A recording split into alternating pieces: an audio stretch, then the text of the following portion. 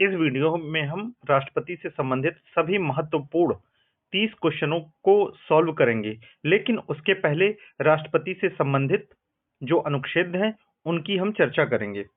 भाग 5 में संघ की कार्यपालिका की बात की गई है, जिसमें अनुच्छेद 52 से लेकर 151 तक की बात आती है। उसी में राष्ट्रपति की बात और उसका कार्यकाल, इन सब चीजों पे चर्चा अनुच्छेद 52 से लेकर अनुच्छेद 62 तक की गई है। उन्हीं में से एक एक अनुच्छेद की चर्चा करेंगे और ठीक उसके बाद हम 30 क्वेश्चन जो कि राष्ट्रपति से संबंधित है, जो सभी महत्वपूर्ण परीक्षाओं में पूछे जाते हैं, उसकी चर्चा करेंगे। अनुच्छेद 52 जो है वो भारत में राष्ट्रपति का पद क्या है उस बात का उल्लेख करता है। अनुच्छेद 53 की अगर हम बात करें तो अनुच्छेद 53 जो है वो संघ की कार्यपालिका शक्ति जो है वो राष्ट्रपति में निहित है। बहुत ही इंपॉर्टेंट आर्टिकल है अनुच्छेद 53, जो कि एग्जाम के क्वेश्चन में पूछा जाता है। आज का हमारा आर्टिकल 54 है, जो राष्ट्रपति के निर्वाचन से संबंधित है। राष्ट्रपति के निर्वाचन में एमपी और एमएलए जो इलेक्टेड होते हैं वो पार्टिसिपेट करते हैं।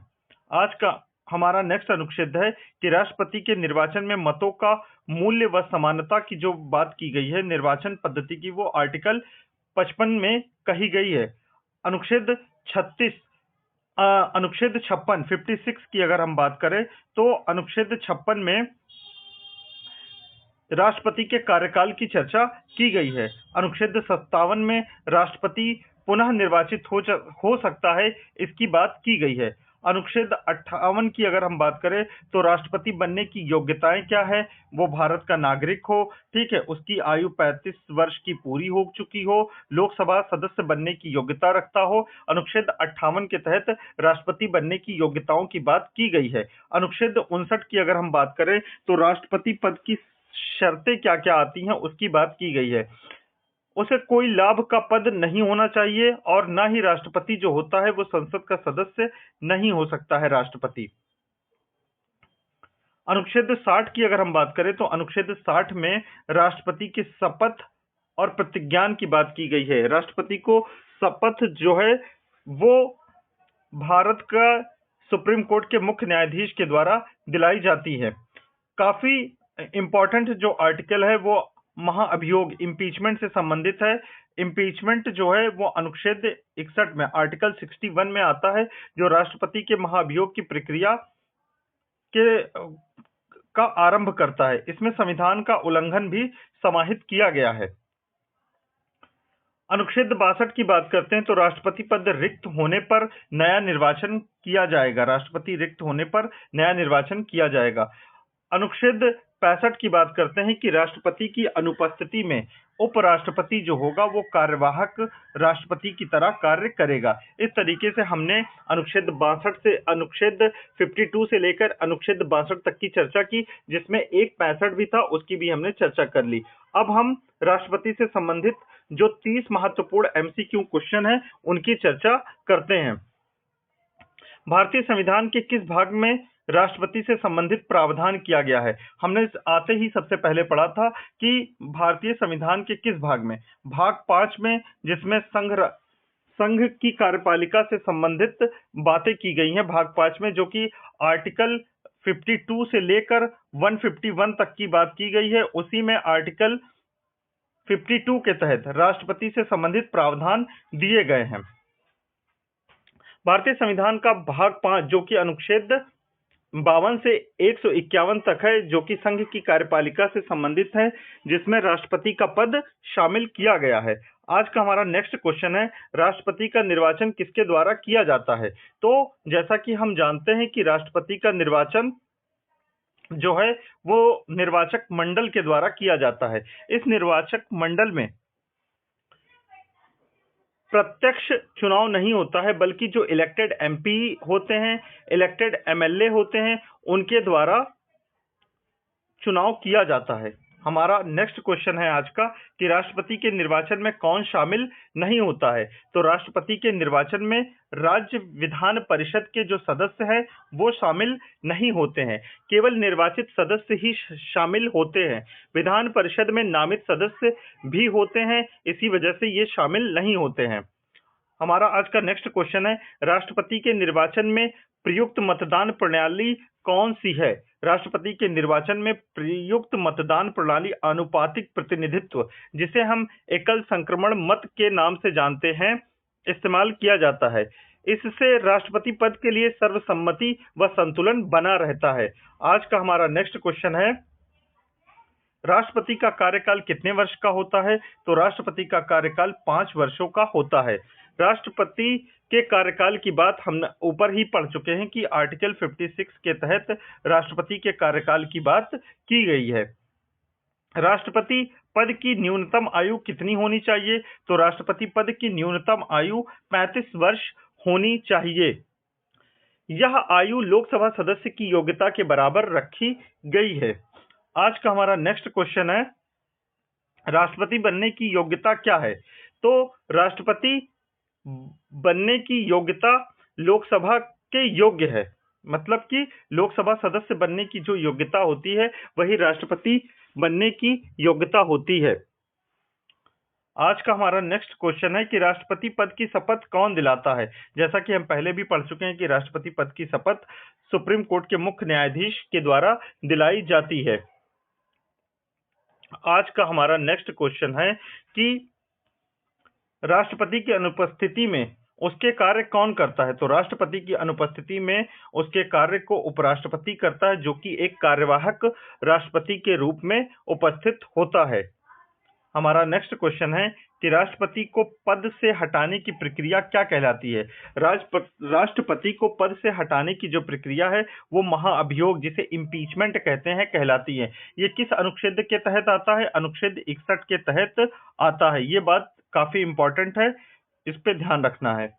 आज का हमारा नेक्स्ट क्वेश्चन है कि राष्ट्रपति के महाअभियोग की प्रक्रिया किस अनुच्छेद में है। तो ये हम पहले ही पढ़ चुके हैं, अनुच्छेद 61 के तहत राष्ट्रपति के महाअभियोग की प्रक्रिया की गई है। हमारा अगला क्वेश्चन है कि राष्ट्रपति किसका संवैधानिक प्रमुख होता है। तो राष्ट्रपति जो है वो सभी का संवैधानिक प्रमुख होता है, कार्यपालिका का भी, विधायिका भी, न्यायपालिका का भी, सभी का संवैधानिक प्रमुख राष्ट्रपति होता है। आज का हमारा अगला क्वेश्चन है कि राष्ट्रपति अध्यादेश कब जारी कर सकता है। राष्ट्रपति अध्यादेश संसद का सत्र ना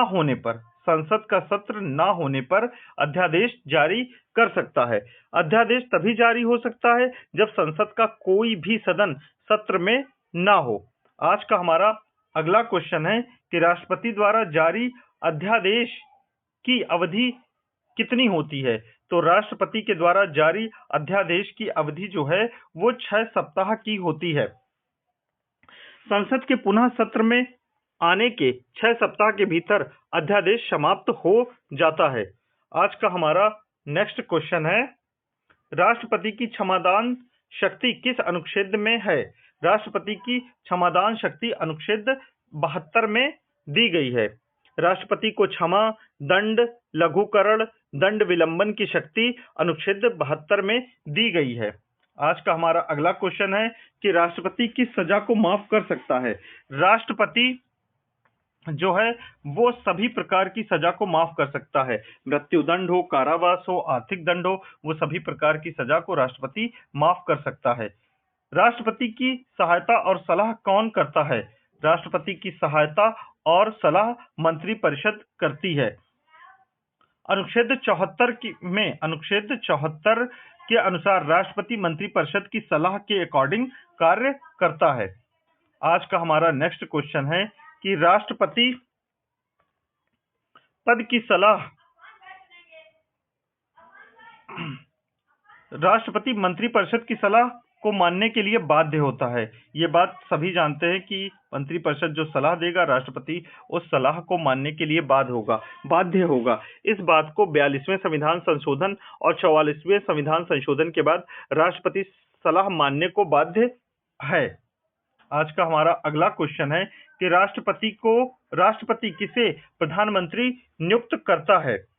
तो राष्ट्रपति प्रधानमंत्री जो नियुक्त करता है, बहुमत दल के नेता को राष्ट्रपति जो होता है वो प्रधानमंत्री नियुक्त करता है। लोकतंत्र में सरकार वही बनाता है जिसके पास लोकसभा में बहुमत होता है। आज का हमारा नेक्स्ट क्वेश्चन है, राष्ट्रपति किसे हटाने की शक्ति नहीं रखता है? राष्ट्रपति प्रधानमंत्री को हटाने की शक्ति नहीं रखता। क्यों नहीं रखता? क्योंकि प्रधानमंत्री को हटाने की शक्ति लोकसभा के पास होती है। आज का हमारा अगला क्वेश्चन है, राष्ट्रपति किस सदन का सदस्य नहीं होता है? राष्ट्रपति किसी भी सदन का सदस्य नहीं होता है।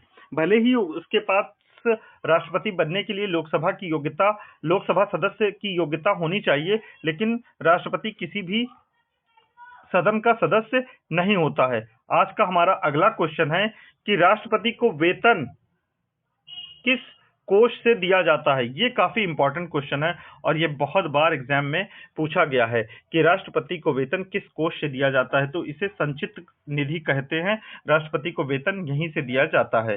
राष्ट्रपति द्वारा कितने एंग्लो इंडियन सदस्य नामित किए जा सकते थे? पहले ये प्रोसीजर था, लेकिन वर्ष 2019 में इसको चेंज कर दिया गया, अब बदल गया है।